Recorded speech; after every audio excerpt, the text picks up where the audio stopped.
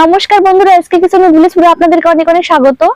আজকে বানাবো দুধ গোকুল পিঠা। শীত তো পড়েই গেছে, তো শীতের শুরুতেই আজকে আমি দুধ গোকুল পিঠা আপনাদেরকে তৈরি করে দেখাবো। আজকে আমি সুজি আর ময়দা দিয়ে কিভাবে রেসিপিটি তৈরি করি, আপনারা সম্পূর্ণ ভিডিওটি প্লিজ দেখতে থাকুন। গোকুল পিঠা বানানোর জন্য প্রথমে আমি নিয়ে নেব 2 কাপ পরিমাণ মতো ময়দা।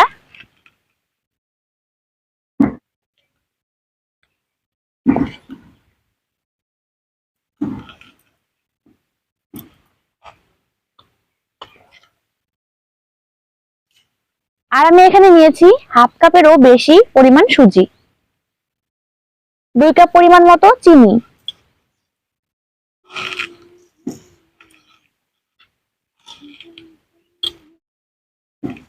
স্বাদ মতো লবণ। এবার জল দিয়ে সুজি আর ময়দা, চিনি সমস্ত উপকরণ আমি মেখে নেব।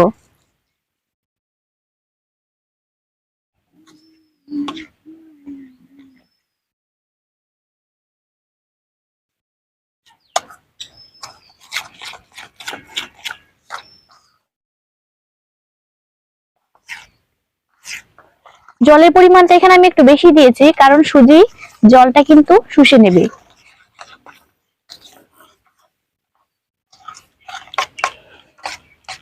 ব্যাটারটা কিন্তু রেডি হয়ে গেছে। এবার এটা আমি 10 মিনিট ঢাকা দিয়ে রেখে দেব।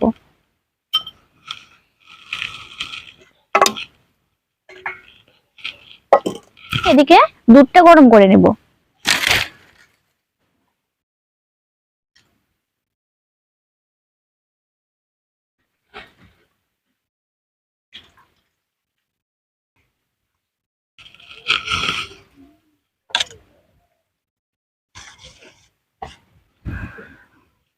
দেখুন বন্ধুরা, 10 মিনিট পর আমি ঢাকনা যখন খুলে নিয়েছি, তখন ব্যাটারটা এরকম হয়েছে। আপনারা এরকম ভাবে ব্যাটারটা তৈরি করবেন। দেখুন, খুব একটা পাতলাও না, খুব একটা ঘনও হয়নি। ছানা দিয়ে কিছুটা পুর তৈরি করে নিয়েছি। বন্ধুরা, তেলটা কিন্তু হালকা গরম হয়ে গেছে। এই ব্যাটারটা দেব।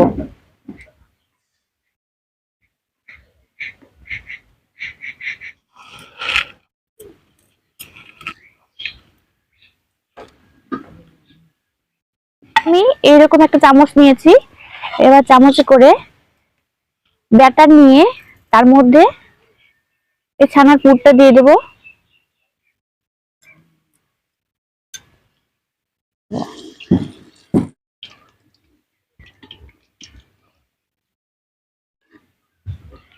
গোকুল পিঠা কিন্তু তৈরি হয়ে গেছে।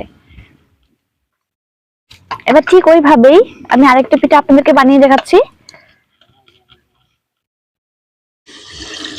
দেখুন বন্ধুরা, পিঠেগুলো কিন্তু আমি ভেজে নিয়েছি। এবার পিঠেগুলো দুধে ভেজানোর জন্য আমি দুধটা গরম করে নেব।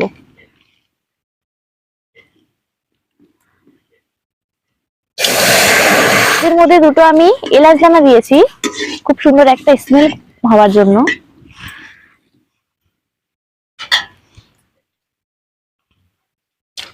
বন্ধুরা, দুধটাকে জাল দিয়ে কিছুক্ষণ আমি ফুটিয়ে নিয়েছি।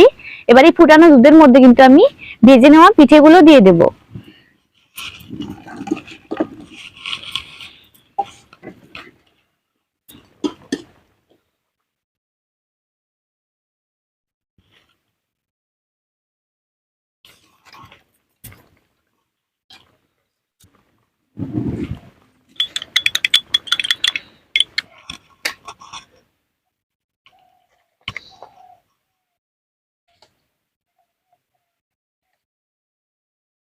আমাদের দুধ গোকুল পিঠে কিন্তু তৈরি হয়ে গেছে। পিঠে কিন্তু দেখতে খুবই অসাধারণ হয়েছে। আর বন্ধুরা, আপনারা যারা এই বছরে শীতের শুরুতে এখনো অবধি পিঠে তৈরি করে খাননি, এই দুধ গোকুল পিঠে কিন্তু তৈরি করে আপনারা খেতেই পারেন। করি আপনাদেরও খুবই ভালো লাগবে। আর বন্ধুরা, আমার ভিডিওটি যদি ভালো লেগে থাকে তো একটু লাইক করবেন, আমার চ্যানেলটিকে সাবস্ক্রাইব করবেন, ভিডিও নোটিফিকেশন সবার আগে পেতে বেল আইকনটি বাজিয়ে দেবেন। ততক্ষণ আপনারা সবাই সুস্থ থাকবেন, ভালো থাকবেন। আবার দেখা হচ্ছে অন্য কোনো নতুন ভিডিওতে।